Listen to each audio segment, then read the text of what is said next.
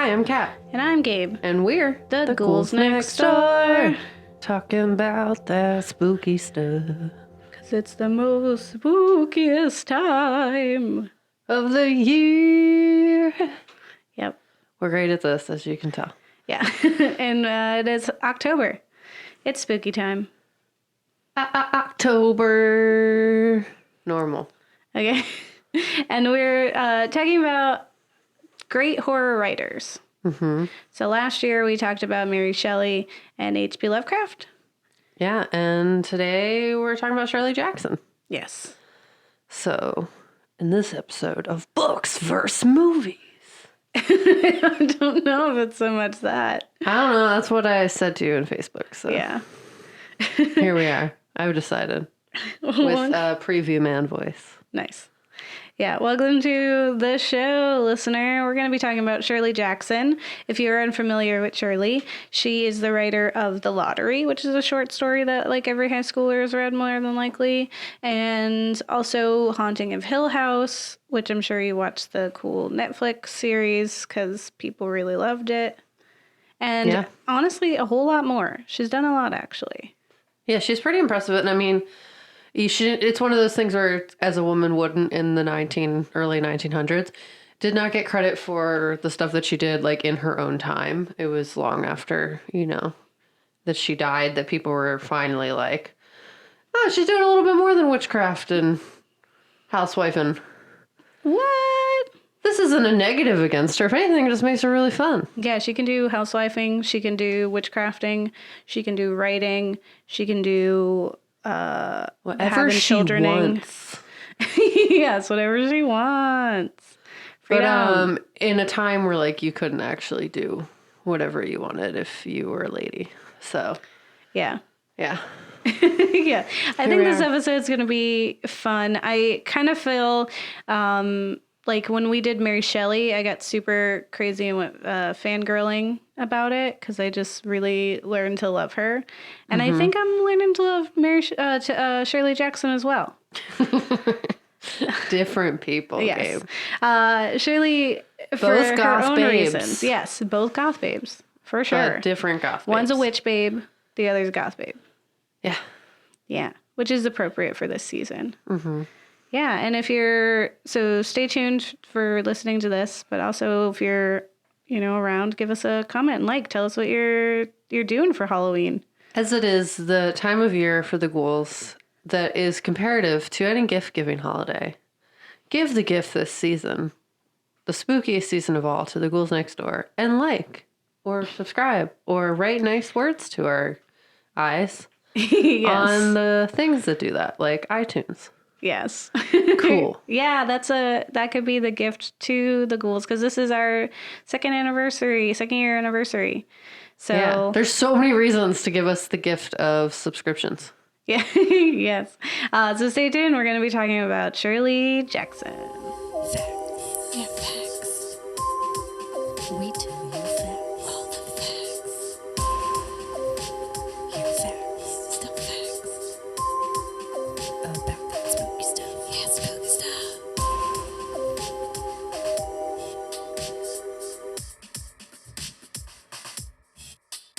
All right, so let's tell you about Shirley. Like Stephen King, I related very much to Shirley Jackson. I call her Shirley because I think we would be friends. Yeah, I feel like I would have been friends with her based on the characters that she described in her writing and how I was in elementary, middle, and high school. And now. So and now. So it's like, we probably would have been cool.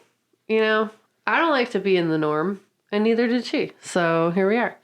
But she, like every haunted lady would be, she's lived in her own very individual way, but definitely did not have a nice time throughout life, as I would imagine anyone from the 15s would. Yeah. It just sounds like a bad time, and history represents it as such. So what you can get out of this entire thing is that Shirley's mom is the worst. Geraldine is vapid. Yep. Constantly berating Shirley, just being real rude. Tells her that she's like a failed abortion. Told her Yeah. that her hair was awful, that she was fat, and lacked any feminine charm. You know, and would send those messages to her in, like, letters. So in case, like, she just escaped and was, like, finally happy for a minute, her mom just felt, like, the strong need to remind her how much she was mean to her through mail. Yeah. Yeah. How loving. Yeah, so it Mother's wasn't, Day like, card cute for notes. her. It wasn't, like, love notes. It was, like, oh, you're the worst. Why did I give birth to you? And it was, like, really, really mean. So one note example that's from where I got all my information, which is Ruth Franklin's Rather Haunted Life, which is a biography about Shirley Jackson. I have been so sad all morning about what you have allowed yourself to look like. Imagine your mom Yeah. sends you through the mail Yeah. or just like leaves it out like it's gonna a morning affirmation Yeah. and is just like, ugh, you. I'm so sad about how you look. And it's over just there. like, yo, you made me. That is a reflection on you, ma'am. Yeah, I'm also just like a human. But Yeah, moms are really I'm a good at that people. though. At like or at least my mom's really good at that. At being like sneakily like scolding. Oh, Where yeah, you're like those "Oof, backhanded wow, ones." ouch. you really got me there. Yeah, and it's also like it's different when you like look different than your parent. Like Yeah. I know for myself, like my mom never wrote rude as anything comments to me. Yeah. But was like everyone in my family was like stick skinny Yeah. and I was thick. Yeah. And no everyone was like, "Oh. Oh Aw. Are you healthy?" And I'm like, "Yes, this is my body. no. This is just how And I I'm look. here now." Yeah. And I guess it was like kind of similar vibes, but she was real mean about it. My mom like actively tried to not be mean about it. And her mom was just like, "You're fat. Let me tell you about it every Tuesday." My mom's really a little more like constructive of that. Like she was just like, oh, I'm going to send you some money for my starving artist, except she's not working on any art. Because like I was like not writing my book or whatever. And she was like, but she's not doing art, but she's my starving artist. I was like, oh my God. Ow. Thanks. I need some ramen. I'll use Moms, this money though, to am buy I right? ramen. We're recording on Daughter's Day. So it's perfect. Oh, hey, look at that. But yeah, so their their relationship was clearly represented in her work in that she wrote a lot about moms, or the lack of moms, or about moms being killed by their daughters, either on purpose or by like subconsciously, through the lack of action. But in her work, you'll see that like a lot of her stories are centered around houses, around relationships, lack thereof with her mom, and like just like that conflict of like self-worth and like feeling like you have any kind of voice in a time that kind of made women actively voiceless. Mm-hmm. Like women like maybe just kind of had the right to vote recently. Yeah. And like that was new. So the root of what the conflict with the mom started from the idea that like she was like a woman of money who expected her daughter to live to this like conventionalness. Like the idea of having a daughter who was not like conventional and like matching the ideal that she had placed on having a daughter is what really caused this conflict. So she wanted her to be this like skinny little cute little baby running around with like straight hair, not curly hair, not red hair by any means. Yeah. Like blonde or brown, I don't know, pick one. And she did not understand the fact that Shirley was like a thicker little kid and had red hair. So Genetics, from the man. start, she was like, "Oh, I've been cursed. I've been cursed with this baby." And then like she never really wanted to, like Shirley never really wanted to conform to her mom. So like there's like notes, another fun note, one of her really loving letters. Yes. She wrote, "You were a willful child who insisted on her own way in everything, good or bad." So like essentially, no matter how much her mom wanted her to conform, she kind of refused. She was like, this is who I am. And I cannot change the entirety of myself to fit what you idealized as a child. Yeah. Because I'm not a doll.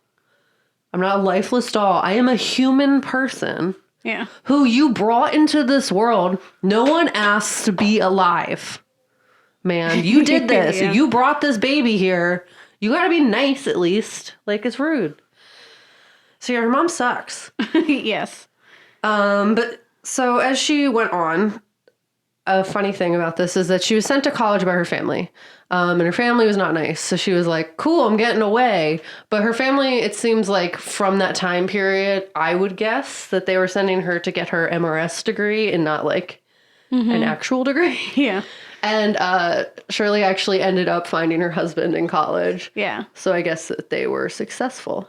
Yeah. I'm sure she went for other reasons. She was like heavily intellectual. She was super smart. Like most of the positive aspects of her relationship with her husband centered around the fact that they were both like, they could have good conversations. They were interested in each other's minds more so than just their bodies. And what you kind of see as their marriage progresses is one, that like, you know, they do have a lot of kids, but the husband ends up like cheating on her a lot. And like, when she starts to really take off as an author, so like he works for the New Yorker, or yes, New Yorker, I'm pretty sure, and maybe not the New York Times, one of them. Yeah.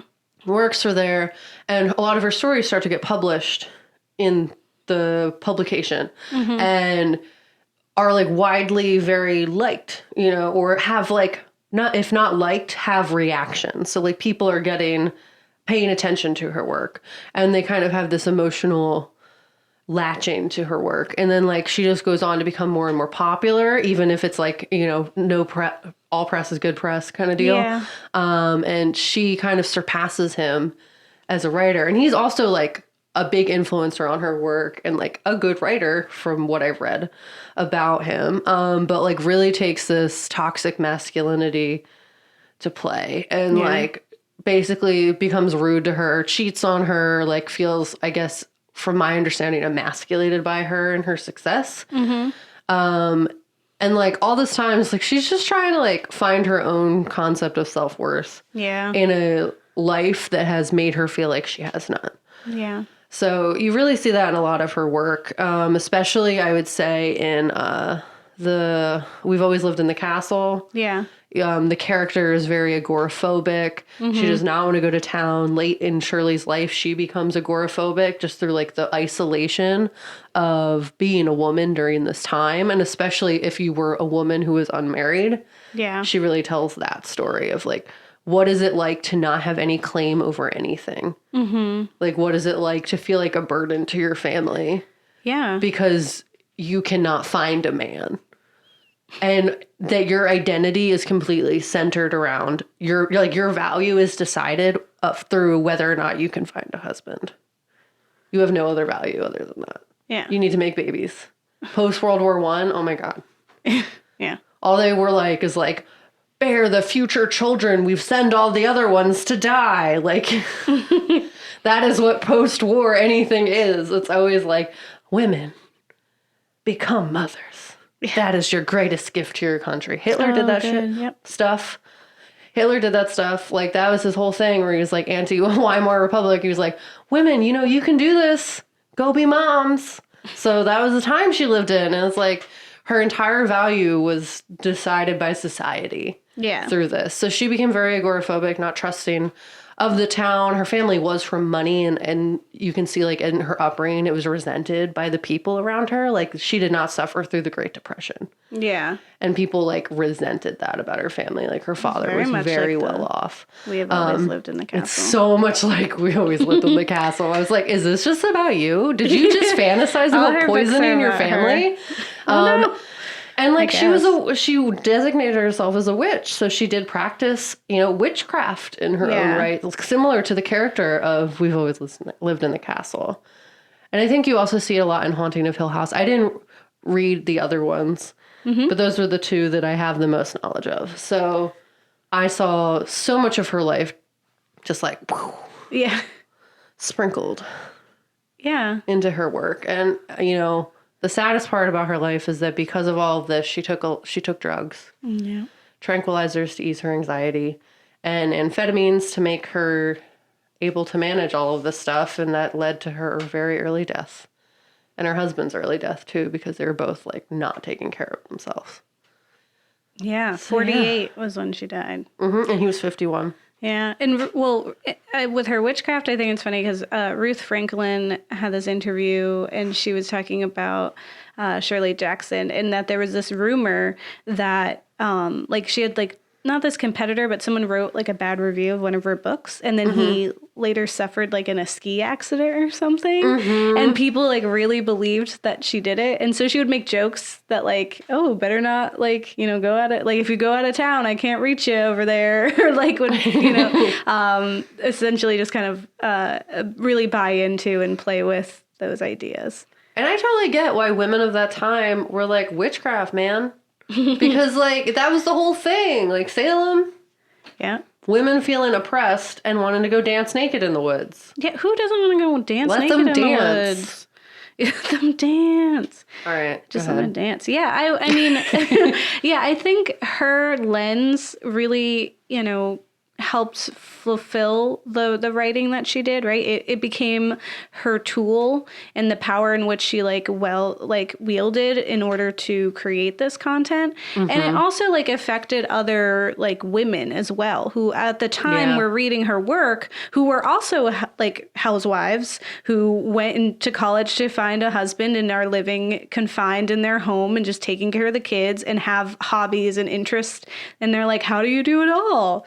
Kind of thing. Like, Ruth Franklin. Yeah. Sorry. Sorry. Ruth Franklin had, she called these notes that these women would send her, she called them, I don't know how she does it notes. Cause like people are just like, how are you doing this? The answer is lots of tranquilizers, apparently. And amphetamines. The tranquilizers got rid of the anxiety. Yeah. The amphetamines amped her up. Yeah. So both of those, a nice little cocktail. Both of those are bad. But then also I feel like it's like relating to that feeling of just like isolation and like what it was to be a woman during that time. Yeah. I think what she wanted to tell those women, what she often told them, you know, because they would be like, how do you do your housework and take care of your kids and your husband and write so much, right? And she was always just telling people, well, do less housework and write more. Like, it was essentially like, stop being the perfect wife, mom thing that you want to do sometimes and allow yourself to be a little selfish and take care of like your creative side as well and really flourish in that. Yeah. Yeah. Like you can do that if you just like, you know, put aside what society is asking you to do, which she was also, you know, doing. But I think like, so she's well known for a lot of things. So first, people are really familiar with her work, The Lottery, which tells a tale of a town where they kind of do a lottery type system, and whichever spoilers for the short story that's very old, whichever family draws the lottery, I think it was like a colored paper or something, had to be killed to like help the rest of the town because it was like witchcrafty and like population and all this other stuff. Hunger Games was inspired. Yes. I guess by it, right? Yeah. So it influenced many dystopian novels. So like Hunger Games, which is kind of like that whole idea of like, you know, I submit as tribute or whatever she said. I volunteer. Volunteer as tribute. I read the Hunger Games series like 27 times. And it was like, because it was short enough that my brain could do it. Yeah. And it was like teen drama and I enjoyed it. Yeah, I read them all. Yeah. The last one made me really sad because I have a sister, so it hurt me. Oh yeah, that was real. Yeah, but yeah, she kind of wrote, like you said before, like she was kind of writing what she knows, right? So with The Lottery, she is honestly making fun of the town that she lived in at the time, where there were these people. So she's used to like California, she's used to wealth, and she's used to kind of this entire different lifestyle. And then she goes and just becomes this lowly housewife, and this town does not accept her for who she is and is not her friend. Well, yeah, she went from Cali to New York, which was very jarring. Yeah. Like to go all the way. Imagine being 60 years old and going entirely across the country. Yeah. To a place you have no familiarity with. And then just seems completely foreign to you Yeah. because you're not from there. Yeah, I went from Florida to Philly. Yeah. Same coast. Yeah. I mean, Yeah. But it was, sunny beaches and gritty town, gritty city, Yeah. or the actual gritty city. Gritty. But yeah, and then she also lived in Vermont where she had like these like people who were like backwards and oh expected. yeah, small town life. Yep. Yeah. Yep, you're right. So she definitely writes what she knows, right? Another thing that's really important in what she knows is that she writes a lot of female protagonists, which is like even with Mary Shelley, who came from like a feminist woman, right? Mary Yeah. Wollstonecraft, she still wrote Frankenstein, right? Like she wrote about men because that's what you catered to, right? But Shirley didn't hold back. She was like, my protagonists are women. They're going to suffer from things that women are suffering from. They're incredibly like loosely veiled attempts at like explaining what we're going through, which kind of made it hard for her to be as popular at the time because like specifically men were running that industry. So they were like, what is this? A woman's crying? She's hysterical. Lock her up. We don't need this. Yeah, and a lot of women had to write under like a pseudonym. Where is it? The other word where it's like you couldn't be a Pen woman names. to publish. You had to have like pen names. Yeah, to and be she was successful. just Shirley Jackson. She didn't even try. And to like she, cover herself up. It's like her mom. She was just out there. She was just like, I am me. yeah. Except. Yeah, and that idea, right? So there's a lot of ways that you see this, and not just the world around her, but also her own life is specifically with Haunting of Hill House. We have our protagonist, Eleanor, who I can imagine she relates to really well, but there's this scene in the beginning that's not shown in the movies or anywhere. In the book where she stops at this like restaurant and she sees this family who are eating and their daughter is like essentially not throwing a fit, but she's like, I won't drink. I want my cup of stars. Because she has this like drinking cup that when you drink, you could see the stars in it. Yeah. And so she refuses to drink whatever beverage there is at this restaurant because she wants her cup of stars. And so Eleanor has this whole internal dialogue where she's like rooting for this girl, where she's just like, don't like give in to their, don't switch over, demand your cup of stars, keep demanding your cup of stars. Like, don't let them tell you no. And like the dad's like, you're being ridiculous. And then the mom, like essentially is just like, let her be. She wants her cup of stars and like is a good mom. It's like the one time we get to see a good mom. And she feels like she has this like connection to this little girl, like Eleanor does. And I feel like it really encompassed like what the story was for everything that she wrote, right? It was like, let's not lose our cup of stars. Like, what is your cup of stars? And don't ever give that up for something else. Yeah, and it's like kind of profound that whole the good mom is the mom that accepts and lets her just be herself and have her mother flippin' cup of stars.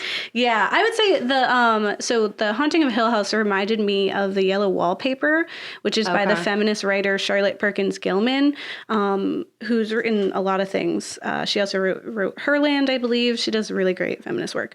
But there's this story called Yellow Wallpaper where a woman is essentially like confined because of what I perceived when I read it at the time as being like postpartum. And in the like she's totally fine. Like she has postpartum, yes, but she's not broken. She's not hysterical in whatever terms they want to lay on her. But over the time of being confined and like being told that something's wrong with her, she starts to lose her mind and grasp of reality.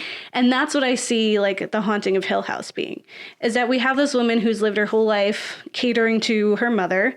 She finally got a little ounce of freedom and then is like confined to this small space where she's like being berated. She's confronting like her own sexuality because there's a lot like a very heavy lesbian tropes in this in that story. Like the film, the Haunting of Hill or the Haunting films, not Haunting of Hill House on Netflix, don't really give her enough credit for the lesbianism that's in there. And you really don't get like some of the tension and things that are happening and the very loose, references to it. Like the fact that Theodora has a friend back home who is her roommate, right? We also have this house where the previous owners, the daughter of the guy who built it, had a companion. The oldest daughter had a companion, and that they were ridiculed into the point where the companion killed herself. Like, it's just very heavy-handed. Like, this is what we're dealing with, right?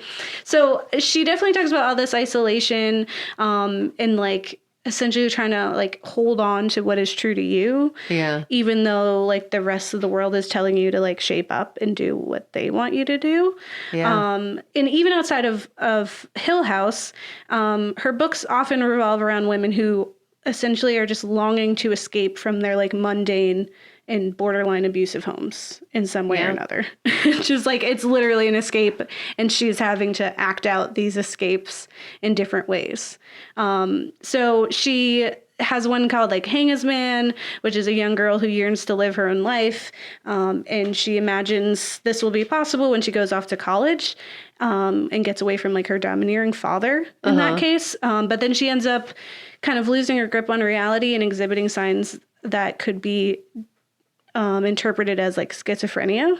Okay. So like, great. Like, we get out and now we're some other form of mental illness, because that's how it is shown whenever they get freedom.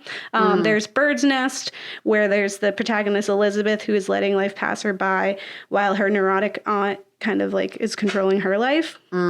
Always someone controlling you. So then she ends up getting like kind of sick, and she goes to the doctor a bunch of times, and they find out that she has 4 personalities. It was written during the time when like multiple personalities, which is now called what is it called? Dissociative identity disorder? Yes, it is. Yes. I was like, DID. What am I saying wrong? Yeah.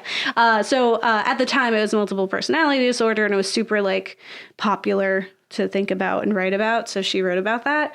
And then we have always lived in the castle, right? So we have 2 sisters who are isolated from the rest of town. It's definitely about classism.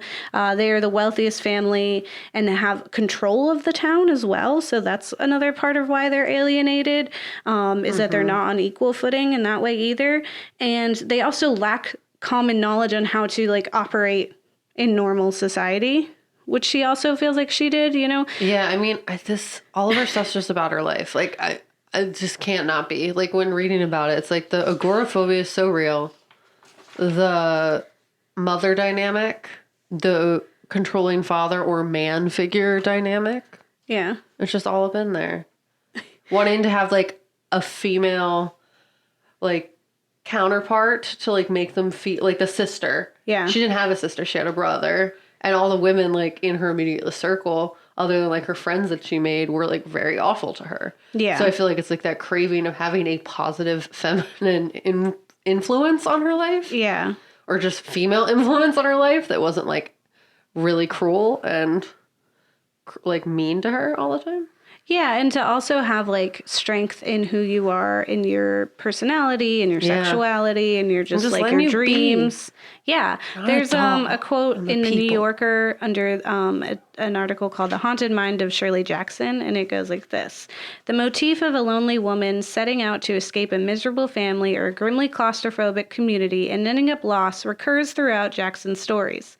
Sometimes a woman comes to a place of apparent refuge, a house that seems to offer security and love, only to discover, once she is there, creeping menace or hidden evil. A woman encounters a romantic, chimerical figure, a daemon lover, who promises to rescue her and then vanishes, leaving her alone and on the brink of madness in a frightening alien landscape. Always, the hope of an alternative, happier life proves illusory." Yeah. So yeah, it's always like, this person is escaping one awful situation and ends up in another one, which is exactly what happened in her life. She left her mom. She was swept off her feet by this guy who fell in love with her from her writing, read her writing in the paper, said the rest of it was trash, saw that writing and was like, I'm going to marry this woman. So sweeps her off her feet. She's like, oh my gosh, someone who loves me for who I am, my writing, who I am, only to be then trapped again. Yeah, this poor lady. by society. Yeah. And just what's expected of her. And by the house, like the fact that women are just put in these houses and that's like all they are. And it's no wonder that like it's both the place where they're trapped, but also it's like the place where the worst stuff happens. Yeah. And there's nowhere else to go because that's like what society has decided your entire life will be. Yeah. You don't need to go outside. Yeah. be inside just all be the inside time. always and cater to us. Yeah, to a housewife, a haunted house, a house is haunted, right? Like the house is the scariest thing to you because it's where you're trapped. You can't ever get out. Like Yeah. I couldn't have lived back then. I would not have made it past like I don't know. You like being 17. inside the house. No, but it's different. Yeah, it's a choice. It's a choice right now. I would not have made it past 17. I Yeah, guarantee no, I that would have about been in myself. trouble. I would have been known for witchcraft. Yeah. Film. Yeah, films. Yeah, films. We watched some films. Now let's talk about those films. And all that spooky stuff. And all that spooky stuff.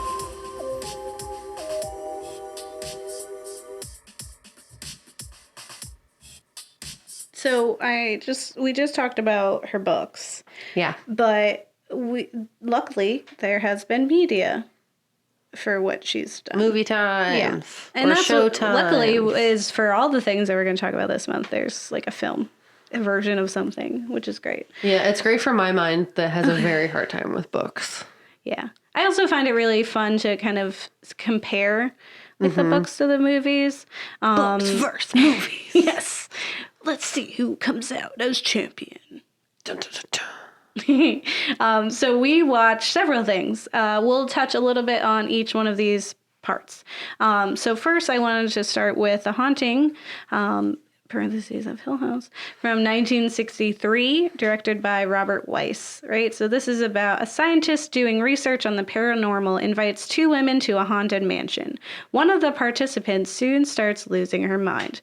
I do like how this description says two women and doesn't like just also add the fact that Luke, who is like going to inherit the house, is also there. Because he it's not like he lives there. He's also a part of the experiment. Yeah. What I wanted to say just right off the bat is you guys have heard, like last week I talked a little bit about it, and I've talked about it before a million times, is Stephen King's Rose Red is very phenomenal and a part of my love of horror. And it is incredibly influenced by this story, like obnoxiously so. And Stephen King has like said that he's influenced by her, that he finds her to be really terrifying. Joyce Carol Oates, who's one of my favorite writers, also loves her. Neil Gaiman, many people. She's very influenced by like her. popular in the like writer sphere, from my understanding. Like Stephen King said really nice things. Yeah, Neil Gaiman. Gaiman, sorry. Or Gaiman, sorry. It's one of Neil said lots of nice stuff about Shirley as well. And Joyce Carol Oates, she's awesome. I love her.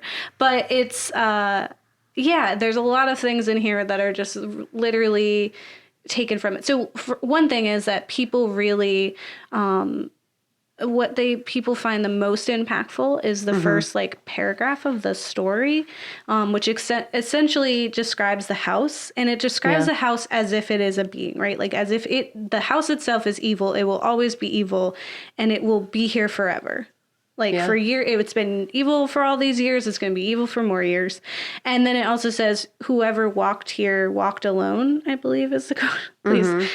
But there's like the whole opening sequence of Rose Red is literally like, a house can be born bad. It's like this voiceover that just like, it just is evil inside. The ground is evil. And not in any way that's like because of Native Americans, which is wonderful. It was just like houses be bad sometimes. You know? Houses be like that. So houses be like that. People don't think it. So what I think that this one from 1963 is very, very close to the written work. Like there are some words and like sentences. Most sentences in here are almost verbatim. Yeah. The situations are almost verbatim. They did take out a lot of the lesbian undertones, like the relationship between Theodora. 1963, they weren't absolutely. allowed. It was all coded. Yeah, but I think it's like they had little parts in it. But they, they made the doctor younger so that she would have an attraction to him instead of Luke, which was weird. They just didn't, like, they took away some of the the wit that Theodora had in the book. So all Yeah. the funny things, usually it was Theodora saying it because she was Yeah. just spunky, and she was a real woman. She was classy. She wore nice clothes, and she had a friend back home. And she wore pants. She wore pants. Yes, that was a big part for me. And they made Luke say a lot of the funny things in the film. Well, that makes sense for the time. Yeah. They're like, men! Yeah, we're We funny. say the funny things and the women cry. Yeah. Oh, apparently I wrote down what the quote was from the beginning. But yeah, it was. I can see how it was really scary for that time. Yeah, and so some fun facts about the book / movie. It was based on the great grandfather's. He was an architect. Like, he had a family of architects, and he had apparently made a house in California that was just like abandoned and just like was evil. Like in her mind, like it was just like it looked like it was an evil house, and she said that. I don't know if it was true or not, but she said that, like, it had been based on that. And that she thought that, like, it had lit on fire, even though it was abandoned. So she was like, the townspeople hated it. Yeah. And burned it down.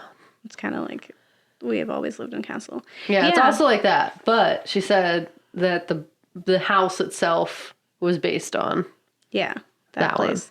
I think it's funny that her great whatever was a architect, because a part of Her this entire family, up into her father, were architects.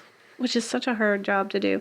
What I think is interesting is in the book, there is a discussion of the architecture and how it's made a little off. Like everything is just off kilter just slightly so that you feel disoriented. So there's like this whole discussion of like when you leave Hill House, it's kind of like you have to regain your like land legs because you're like your brain is kind of disoriented, which then fuels like the discomfort, and then you're kind of paranoia, and then you're scared. So there's like psychological reasons, because Eleanor is definitely an unreliable narrator, both in the movie and in the book. Like, you know, something's going on. Like, she's already very sensitive. She's experienced paranormal activity before. And she's just like really, really wanting to be accepted. And so she kind of like, and she's very easy to like snap, and she's paranoid and she doesn't trust anyone. She doesn't know what things are. And so you see that. And so it's hard to really trust everything she says. But there's some like psychological and like scientific things behind it, because you have the doctor there. It's literally, I tell you what, Rose Red is literally just a reimagining of this. Because in Rose Red, the house is always being built. And the fact that there's kooky like architecture is like a staple of that story. There's also like the guy who's inheriting it goes in there. It's a doctor who invites a bunch of like people who have psychic abilities into the house to investigate it. Yep. There's the whole story where she's like, rocks fell on someone's house. That happens in Rose Red. I don't like, it's literally the same story. No one's talking about this. Steven. Tell us. Yes. You could tell he's very, very impacted by her. But then there's The Haunting of Hill House. Yes. Directed by Mike Flanagan. He's back again. Flanagan. We've already talked about him. I read it weird. Yo. All right. So, flashing between past and present, a fractured family confronts haunting memories of their old home and the terrifying events that drove them from it. Yeah. So, it is similar to the book, in that the characters are named the same. There's a house. Yeah. There's mental illness exhibited, right? Like, we have the same thing where we have a group of people who, or women generally, who are suffering from some type of ailment, and no one is taking them seriously, and they don't really have freedom to be who they are. Really, in many different ways, right? So, like, you have the mom who very clearly has depression, and people just don't understand it. So there's this misconstrued, like, idea of it where they just label it as, like, evil. Like, the house did this to her. But she clearly has had headaches before this house. Yeah. They were just, like, worse at the house. I think that was, like, but she also has, like, manic episodes as well. So it's very, like, she definitely had some type of mental illness when she got in here. And it's only exacerbated by the fact that she's, like, trapped in this home dealing with her kids.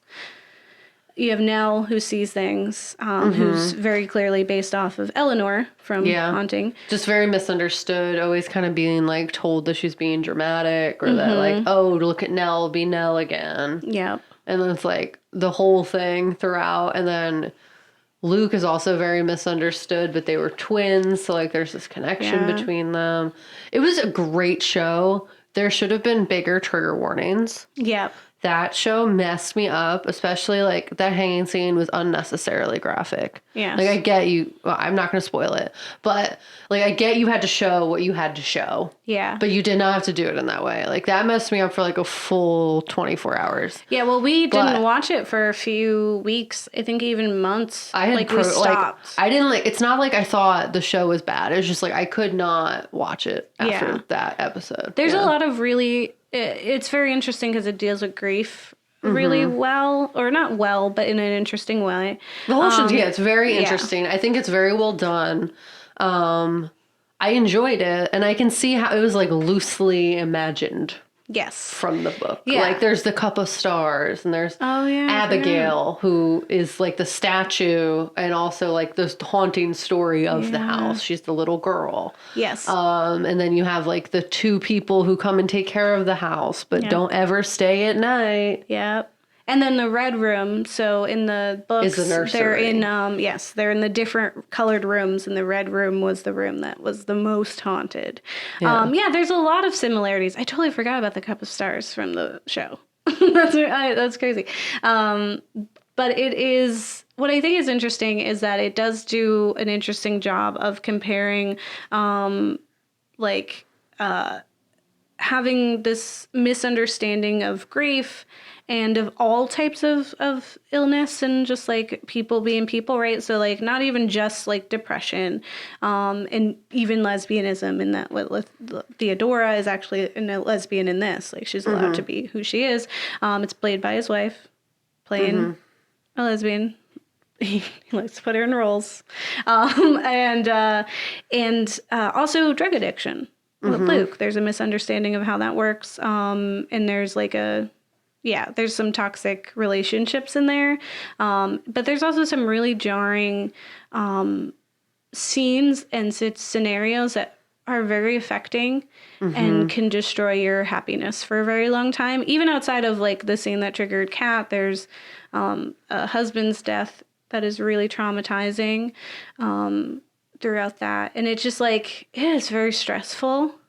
Yeah, and I mean, I feel like that's why it did so well. Yeah. It was like through that like time of dramatic Netflix things where everyone was like, whoa, Netflix. Yeah. It was like when strangers, it was like during the hype of when like all those things were coming out on Netflix that were like big, like wow things. And then like have now subsided some, and that not everything that comes out on Netflix is good. We've learned. Yeah. But it was definitely during that time where like they were just having a real good run. Yeah. Of like putting really strong content out. Like good, bad, whatever. It was strong. It was strong content. It was saying something. It was in your face. You were experiencing emotion. Really about playing on emotion as people. I will say I really like this trend that we're taking like not old, but we're taking books and making them into shows or scenes. So like Alias Grace came out around the same time as The Haunting. And it's just like super cool. And so we watched We Have Always Lived in the Castle. Yeah, which is new. Yeah. I did not realize it was so new. Yeah. So I tried to read this one, but it threw me off the way that things are being told, because like it's narrated in this piece as well, so you can kind of get an idea. That was 2018. Yeah. But it is about Merricat, Constance, and their uncle Julian live in isolation after experiencing a family tragedy 6 years earlier. When cousin Charles arrives to steal the family fortune, he also threatens a dark secret they've been hiding. And this film did what I would say the opposite of what happened when I was like, oh, I don't like the Shining film, so I'll never read the book. But then I was like, oh, it's different, so now I want to read the book. Well, the opposite happened, whereas like watching this, I was like, I want to read the book now. Like, I actually want to finish it because there's so much more. It was so confusing in the beginning because there's her narration is weird. I couldn't quite, like, I didn't see or know what was happening. And you really have to start figuring things out quick to know what you're doing in that story. Which is why the film was pretty cool in that, like, you see the town, you see that it's narrated by Mary, like, she's audibly saying stuff. Like, you read her thoughts. Yeah. She's, like, telling you the story. And there's so many layers to this in the way that, like, Shirley does. So you have, like, classism, you have kids who are, like, ill-equipped to deal with the world, and they've been, you know, isolated from the rest of the town, which who is don't super understand her. Reflective of her entire life, in that she was from rich people in California, and then people were real pissed about the Great Depression, and she was totally fine, and her father's company impacted the local people because he was a hirer of people, and it was a whole thing. Yep, right what you know. It was her life. She did witchcraft. Yeah. And so there's, like, she there's probably had witch jars things. and nailed books to things. What I like about it is I am a big fan of magical realism, and when there's two answers to everything, right? Where there's, like, a logical, like, this is the real world. Like, same with Haunting of Hill House, right? Like, okay, there's people who are a little unhinged. The architecture's off. It gets cold sometimes, whatever. Versus what Eleanor was experiencing. So if you want to believe, like, no, this place is actually haunted, and that it controlled and manipulated and took over her, then you can believe that, right? Or you can believe that it was not, that it was just, like, a haunted house, and she was already kind of unhinged and was triggered because she was finally free.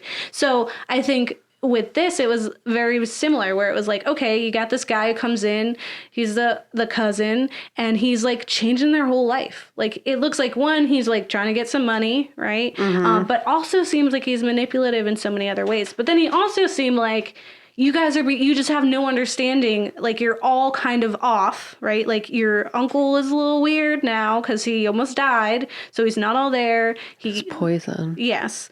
And then, like, you got the Merricat who's doing witchcraft and is a child and doesn't know what the world is. He's burying silver coins all around town. And he's like, you need to, like, put the money in the bank and, like, pay bills. Father did not believe in banks.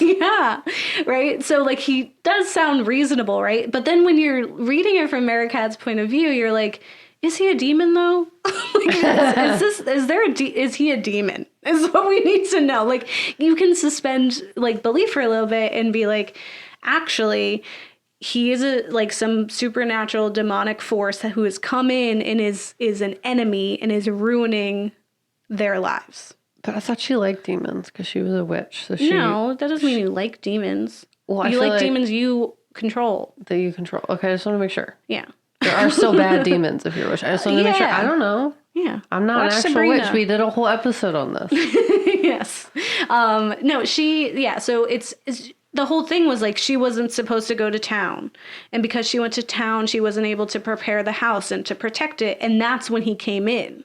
So, like, that in itself is already, like, okay, well, what's going on? If, like, because if it was just any time, then it's like this guy came in. But the fact that, like, in reference to her kind of, like, I guess, procedures, what would you say it? I guess her, like... Her rituals. Rituals, that's what it is.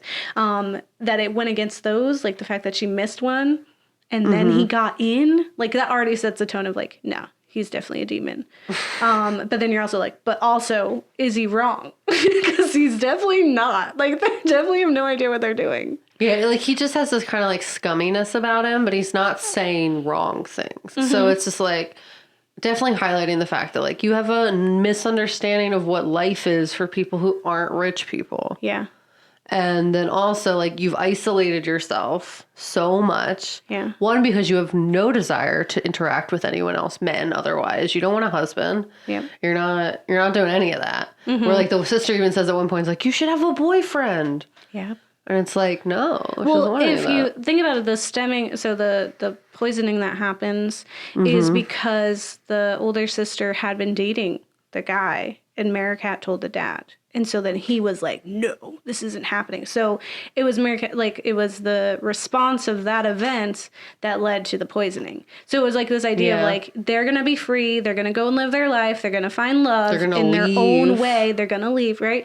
And that's what like started it. So it's really like them fighting for their freedom and the freedom to stay where they are and be protected.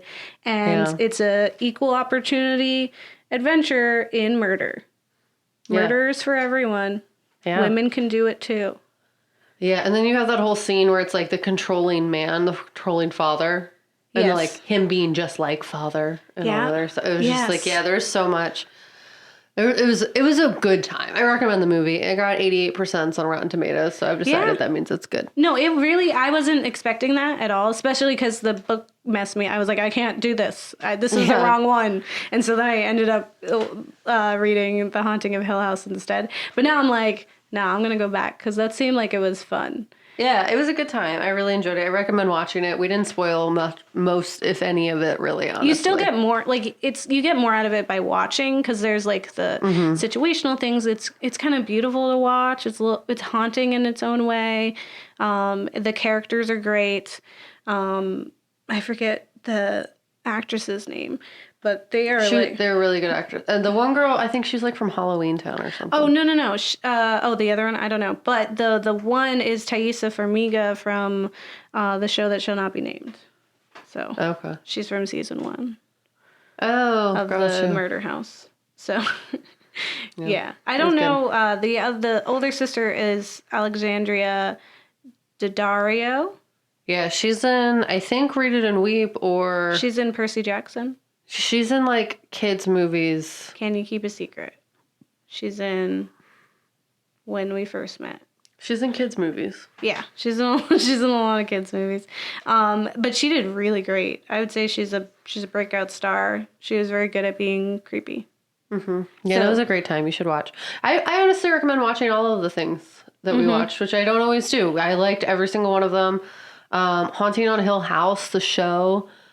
Be very wary if you've had any exposure to suicide in your life. Yeah. There's no trigger warning, and it really is. It's very triggering, very activating. It's just like, it puts you in I couldn't watch it for like, I feel like we didn't watch it for weeks after the one scene. So it's just like, be mindful of that going in. We have given you a trigger warning. It's very intense. I think it's episode 5, I believe. Yeah. But I would just go, Twitter also, I knew because someone gave me a warning on Twitter, and I was like, just FYI to Kat. But then I also was like, I just should have closed my eyes if I realized that's what was happening. Yeah. But then it was one of those things where I guess you get with your trypophobia where you can't look away. Yep. You're can't, stuck. Like, this is you now. And I couldn't feel I couldn't breathe afterwards. Yeah. Like, it was that bad. Yeah. I think we were going out and I was just like, yeah, we're stuck. I need to do literally anything else. Yeah. So that this is not my last thought before bed. Like, this is awful. So yeah, it's a very good show. Just go into it knowing that. Yeah, I would say that. And I would love to see more of Shirley Jackson's work. Mm-hmm. I was reading like her, bibliography, I guess is what it's called. And I was just like reading all this like synopsises, and I was like, I need them all. I need all these books now. Yeah. I have a new favorite. Feelings. Yeah, feelings. Yeah, I said feelings. Let's talk about feelings. Okay. And all that spooky stuff. I love spooky stuff.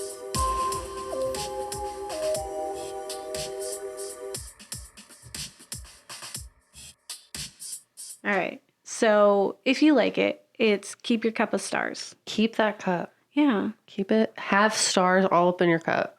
Yeah. Don't let anyone take that cup. It is yours. Yeah. If you have something that is your cup of stars, you keep it and you put it in your pocket and you never let it fade away. Yeah.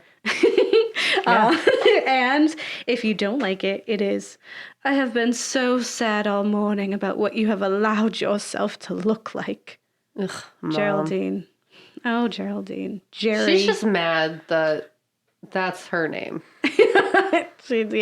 Her life. How unfortunate for her to have a daughter who's her own person. Who is made from her. Like, what you, like... Regardless. I'm just saying.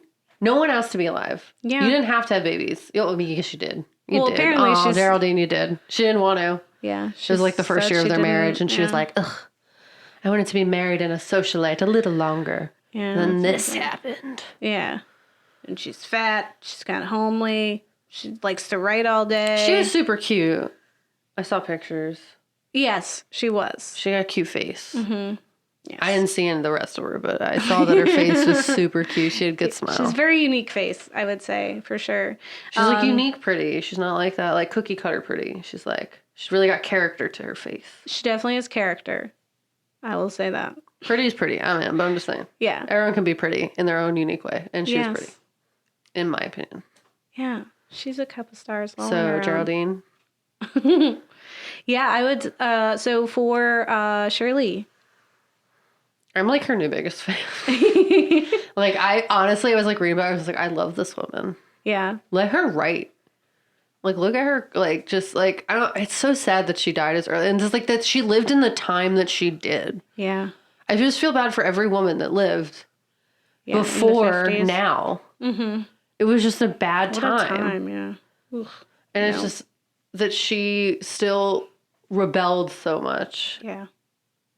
And like wrote the things that she did. And she's just very amazing. Yeah, I'm like super inspired by her writing and like her ability to take her personal like traumatic experiences and what she was struggling and make it into this like totally impactful of the rest of this genre. Like, you know, like Mary Shelley was like one of the beginners of like science fiction and horror, right? But Shirley was really like pioneering the queenship here as far as like she really has impacted the rest. Like she is the one who's telling the first like haunted house story, and she told it in a way that was like, it is not about the house. It's about women. It is about us. It's about what we're doing. It's about people, and it's about like what we're restricted from and how we're living our lives. And like, you know, never giving up your cup of stars. And so I just feel motivated to go out like, I'm write never more. giving up my cup of stars. Stop sweeping and write more. But also it's important for the house to be clean. For you. For your mental health. For you sometimes. though. Yeah. Not for anybody else but you. You keep your cup of stars. Yeah, you keep your cup of stars. And what about for the medias? I love it all, Gabe. Okay. Well, every second of this. Wow. I love her. I love all of her stuff that she does. Yeah. I'm excited to read more. I really am like going to start like scouring bookshelves for her stuff. I wish I could read. I mean, I can, but like at the same time. Yes, I get you. You know what I mean. Yeah. Narcolepsy brain. Yeah, this is going to be a really fun series. I think it's going to be interesting to see the different types of writing and the impacts that they've had. And yeah, I think I'm really enjoying the people, and I like that we're diving into their thoughts and their backgrounds. It's dope. I was allowed to say dope again, so it's dope. Well, yeah, happy spooky month, listeners. Be sure to like and comment and give us some love on the iTunes. Help us keep our cup of stars. Yes. Be our cup of stars. Be our cup of 5 stars on iTunes. That was good, Kat. I really appreciate that. Oh, you should get 5 I'm stars never gonna just change. for that. Thank goodness. I know. Except if I need to, then I will. you're For the good. better. But it'll be my yes. choice. Yes. If I do bad thing, I do good thing now. Okay. Classic Cat. Yep, me. You gotta love it. So last week you were Stephen King. This week you're Shirley Jackson. We'll see who you become next week. And if I'm still me though. I'm just saying that like they were first, so yeah, you know. Yeah. I can't. They can't be copying me. I just have to be somehow subconsciously influenced by them. Gotcha. Yeah. I don't know if you're going to connect to our next guest or I the don't think next I will, one, but or it's not okay. guest, or our next topic. The I love next stories 3. though because my grandpa liked them. Nice. Yeah. Yeah. We'll yeah. You My stay grandpa tuned, was a listener. Yeah. I'm a reader and I'm super excited. This month is super fun. So Books versus movies. Yep. So stay tuned and hear about some really cool spooky writers. See you next week. Don't get married. They'll eat your kids. Gabe. Okay. Game for God. Bye. Bye.